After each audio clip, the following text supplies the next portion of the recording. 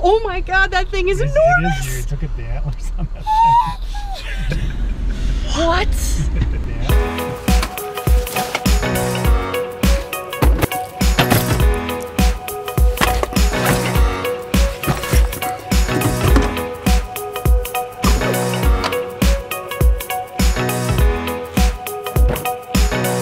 Hey everybody, it's Dave Dugdale, learningvideo.com. So I'm heading up to Rocky Mountain National Park, which is about an hour from where I live. And I'm using right now the PilotFly H1 Plus gimbal. It's raining, unfortunately, as you can see. And maybe I'll get above the clouds, because right now, I don't know, I'm at like 6,000 feet. So maybe if I go up to like, I don't know, 8,000, 10,000 feet, I might be above the clouds. But I'm gonna be up here for a few days. So I'm going to be comparing the PilotFly H1 Plus to the CameTV single. They're both pistol grip style gimbals. You know, I've been reviewing these on and off since the last, I don't know, 6 months. And these things for me they changed the way I film. They're amazing devices. Once you start using one and you use it on a shoot, you come back and you put the stuff on the timeline, you will just be amazed how much footage you will actually have, usable footage, because it gives, you know, if you're using a monopod or going from point A to point B, you might get a lot of shaky footage. This really eliminates a lot of that. So if you're one of these people that don't want to watch the whole entire review, I totally understand. I'll give you a quick summary. The CameTV, I think, is a superior design. It's got a lot of things going for it. Spec-wise, like encoders, but the PilotFly has an advantage in terms of being very lightweight. So I'd say if you're a brand new beginner, I've looked at a lot of these gimbals, like the Nebula 4000 Lite about 6 months ago, the Team Rebel Design MS1, but I would say out of all of them, probably the CameTV, if you don't want to get in and mess with PID settings, that's definitely the one for you, because you could pretty much mount your camera, your lens, whatever, and just get rocking with it. Whereas the PilotFly requires a lot more tweaking within the PID settings in the software.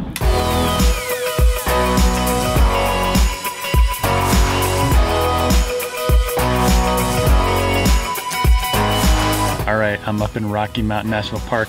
It's raining outside. These are not waterproof, so I'm just gonna really quick run through some specs before I show you some tests. The first thing is price. Listed on B&H's website, this one comes in at $888. This one is $791. So this one's about $100 cheaper than the CameTV. Spec-wise, they're both 32-bit dual IMU. So we're looking at, like, I'd say like the version 2.0 of the Nebula 4000 Lite, which was 8-bit, and I believe only had one IMU. All right, next up, let's talk about payload.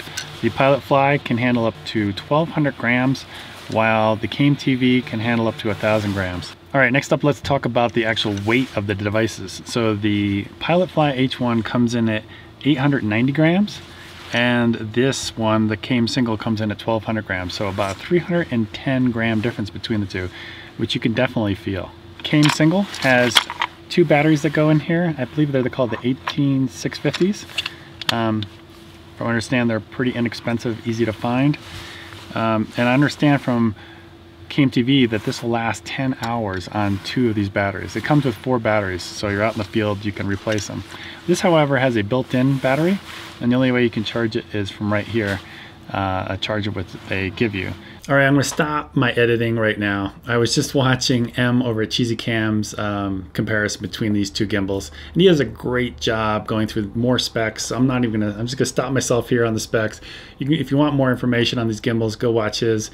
And he also shows how he mounts the each one. And you know, CameTV obviously is much faster to mount a camera on and get it fine-tuned because of it's a toolless design. So definitely go watch his stuff. What I do want to show you right now is I did a video with Halley O'Brien. She had called. I was actually up in Rocky Mountain National Park at this point, and she said, I want to come up and film something with my new GoPro Hero Session. And I was like, yeah, come on up, and you could be in one of my videos. And so I quickly thought of a concept of what we could do, because when you're using these gimbals on a real project, that's where things go wrong and you get to really learn what's going on with these, and it's nice to have actually a person in the frame rather than these nature shots that I'm showing you right now. So what I did is I filmed with both gimbals, and I'm going to explain a little bit more after the video's done what happened. Like I said, stuff goes wrong. So I used two lenses, the 35mm 2.8 from Sony and the 55mm, which is a bit more aggressive when you're flying a lens that long at 55mm. But it was the kind of look that I was going for, and I was going for a really shallow depth of field. So actually, I'll just shut up right now, go ahead and watch it, and I'll explain more later.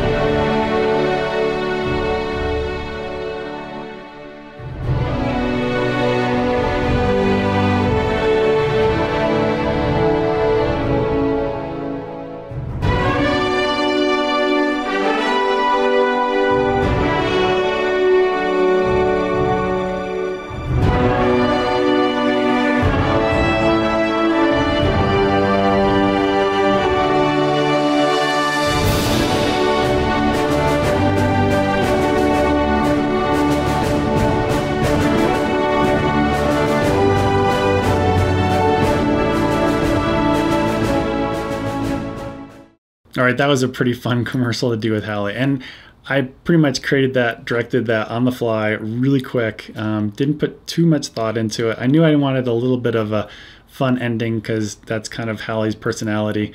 Definitely check out her videos on YouTube. I'll put the link down below. She's got some really funny stuff.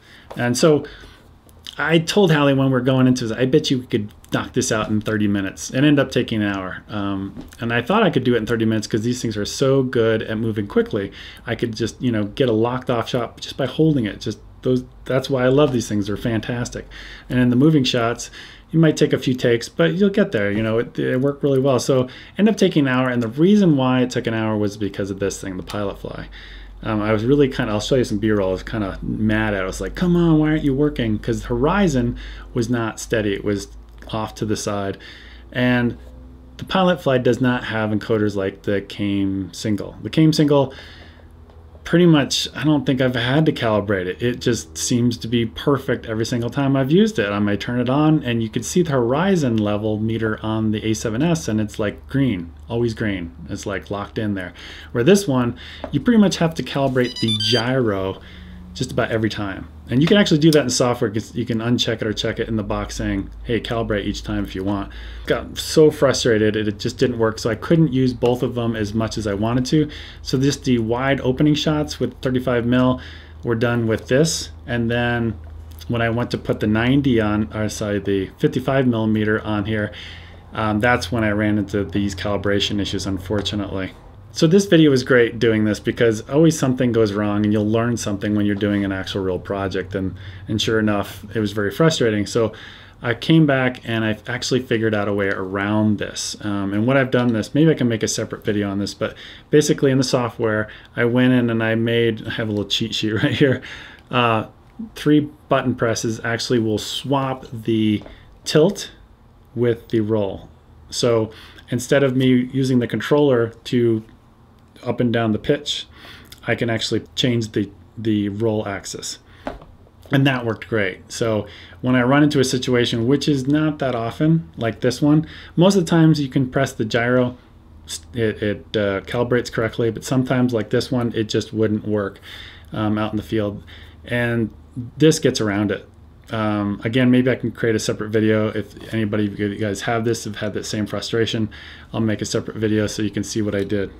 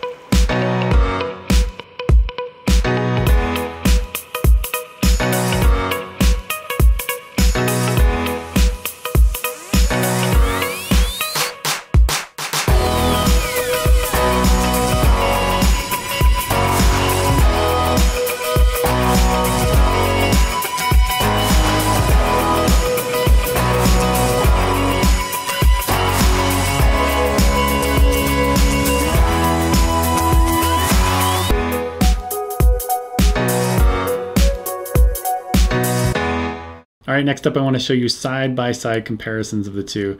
And you'll be looking at it and you'll say, Dave, they look really similar. And they are. They're both 32-bit dual IMU. The technology, I used the same camera, same lens combination for these shots you're seeing. I ran these separately. Now I'm going to show you next, after this test is done, is I'm going to show you what it looks like when they're actually, I'm holding them both in each hand. Which is not the best test. But this test is actually hard to see because your eye goes from one frame to the other. It's still really hard to tell the difference between the two. All right, so next up, you're going to see me walk down the path, one in each hand. This is really not the best test because trying to hold both of these steady at the same time is very, very difficult.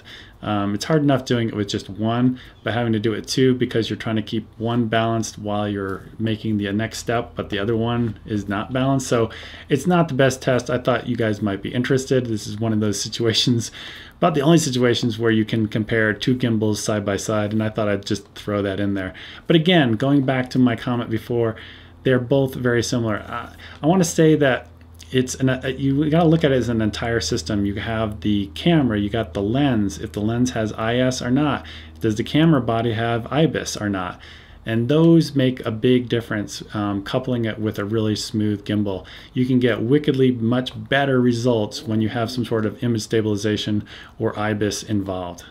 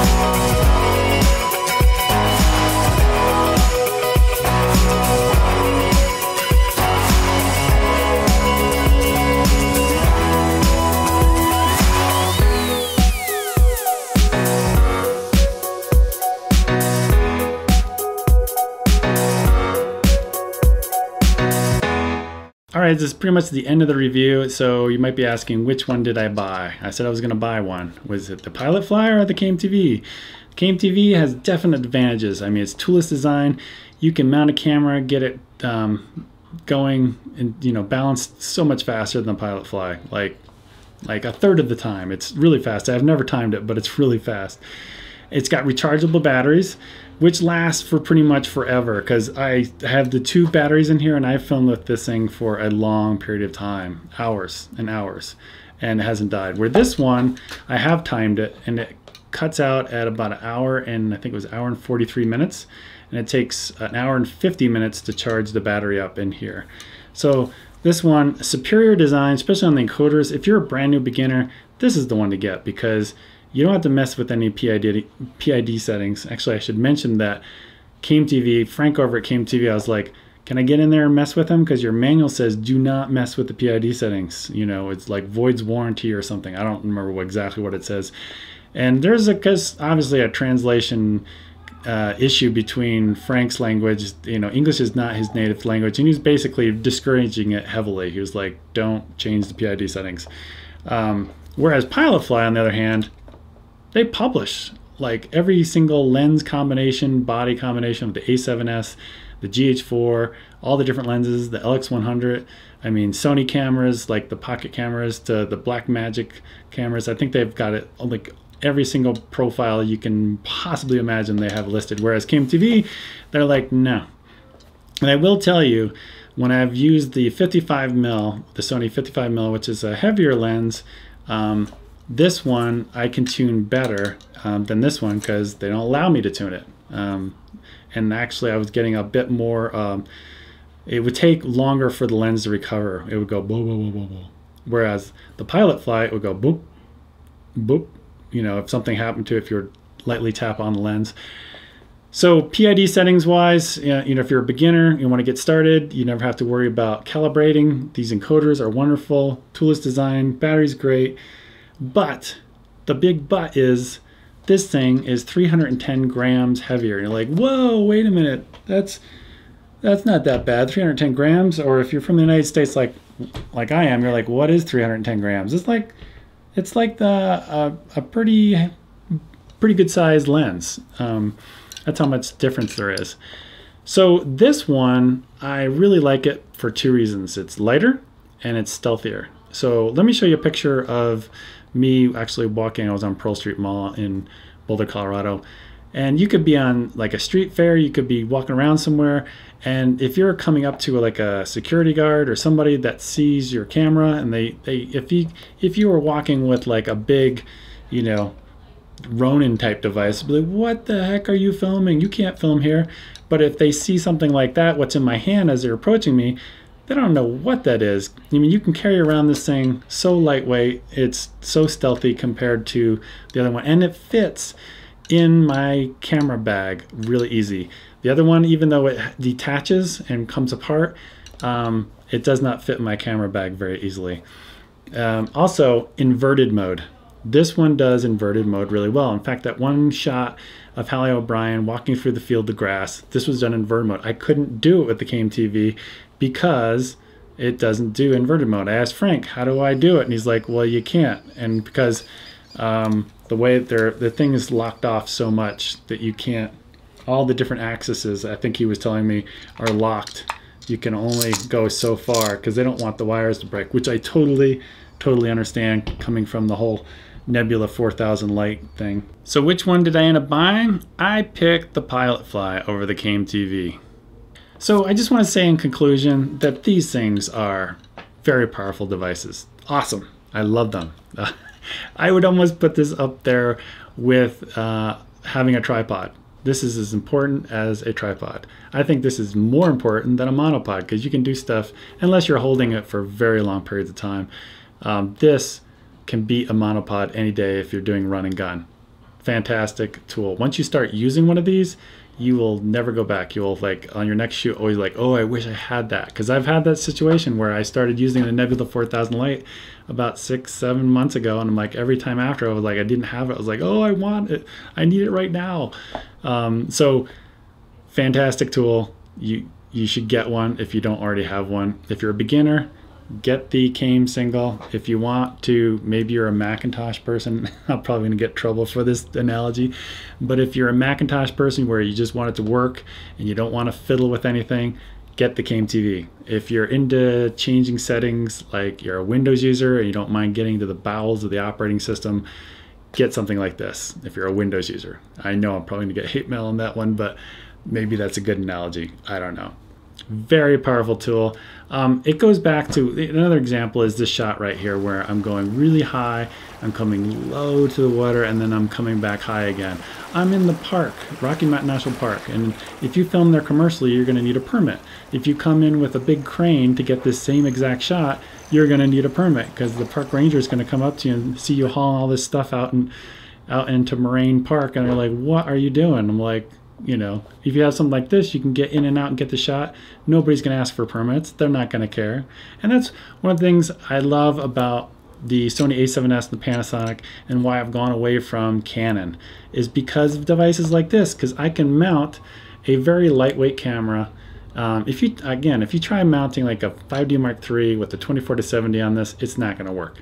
And this is one of the reasons why I wanted to go to the A7S or the GH4, is because of these. Because you get this is such a powerful tool. I cannot emphasize that enough. This is a very important review. All right, so that's pretty much it. I'll talk to you guys later. Bye. A couple of minutes from here. This is so cool because I would watch this on your videos. So it's almost like eating food from a famous chef at their restaurant, or having the chef come to your house and cook for you. It's pretty impressive. It's so cool.